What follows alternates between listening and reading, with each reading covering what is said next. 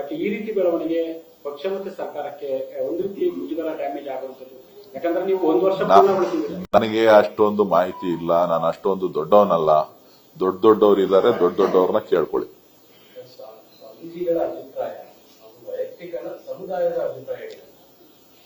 ಅದು ಅವ್ರನ್ನ ಕೇಳಬೇಕು, ನಾನು ಹೆಂಗ್ ಹೇಳಕ್ಕಾಗುತ್ತೆ? ಅವ್ರ ಹೇಳಿರೋ ಹೇಳಿಕೆನ ನಾನೇನಿರ್ಲಿಲ್ಲ. ನಾನು ಮಾಧ್ಯಮಗಳಲ್ಲಿ ನೋಡಿದ್ದೀನಿ, ನೀವೆಲ್ಲ ಹೇಳಿದ್ದೀರಿ ಆ ವಿಚಾರನ. ಅಷ್ಟು ಬಿಟ್ರೆ ನನ್ಗೇನು ಗೊತ್ತಿಲ್ಲ.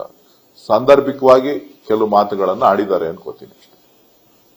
ಚಂದ್ರಶೇಖರ ಸ್ವಾಮೀಜಿಯವರ ಹೇಳಿಕೆಗೆ ಸಿಎಂ ಮತ್ತೆ ಗೃಹ ಸಚಿವರು ಡೈಲಿಯಲ್ಲಿ ಮಾತಾಡ್ಕೊಳ್ತಾರೆ. ಇದು ಹೇಳಿಕೊಟ್ಟು ಹೇಳಿಸಿದಂತ ಹೇಳಿಕೆ, ಇದು ಹೌದು? ನನಗೆ ಗೊತ್ತಿಲ್ಲಪ್ಪ. ಇದು ಮಾಧ್ಯಮದವ್ರು ಹೇಳ್ಕೊಟ್ಟು ಹೇಳಿಸಿರ್ಬೇಕು. ಮಾಧ್ಯಮದವ್ರು ಹೇಳ್ಕೊಡಲ್ಲ ಸರ್, ಬೇರೆ ಯಾರು ಹೇಳ್ಕೊಟ್ರ ಅವರಿಗೆ ಇರುವಂತ. ಇಲ್ಲ, ನಿಮ್ಗೆ ಹೆಂಗ್ ಬಂತು ಮಾಹಿತಿ ಅದು ಗೊತ್ತಿಲ್ವಲ್ಲ, ಅದಕ್ಕೆ ಅದನ್ನ ಅವ್ರನ್ನ ಕೇಳಿ ನೀವು.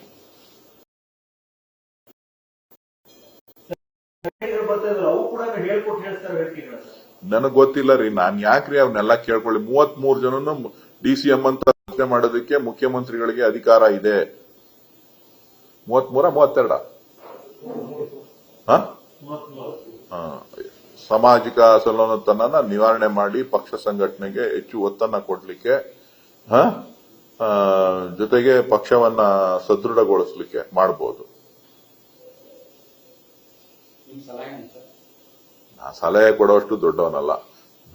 ನಾನ್ ಮನವಿ ಮಾಡೋದಿಷ್ಟೇ, ಅವಕಾಶ ಕೊಟ್ಟಿದ್ದಾರೆ, ಕೆಲಸ ಮಾಡಿ. ಆಗ್ಲಿಲ್ವಾ, ಚುನಾವಣೆಗೆ ಹೋಗಿ.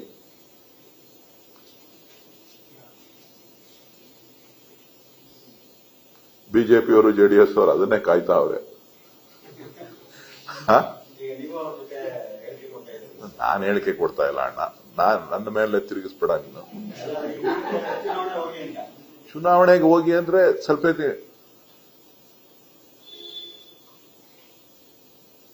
ನೀವೇನನ್ನ ನಿರೀಕ್ಷೆ ಮಾಡಿದಿರಿ? ಏನನ್ನ ನಿರೀಕ್ಷೆ ಮಾಡಿದಿರಿ? ಮಾಧ್ಯಮಗಳು ಏನನ್ನ ನಿರೀಕ್ಷೆ ಮಾಡಿದೆ? ಸರ್ಕಾರದಿಂದ ಮುಗಿಸಿ ಅಂತ ಹೇಳಿದೆ. ಅದನ್ನ ಯಾವ ರೀತಿ ಮುಗಿಸಿ ಅಂತ, ಯಾವ ರೀತಿ ಮಾಡಿ ಅಂತ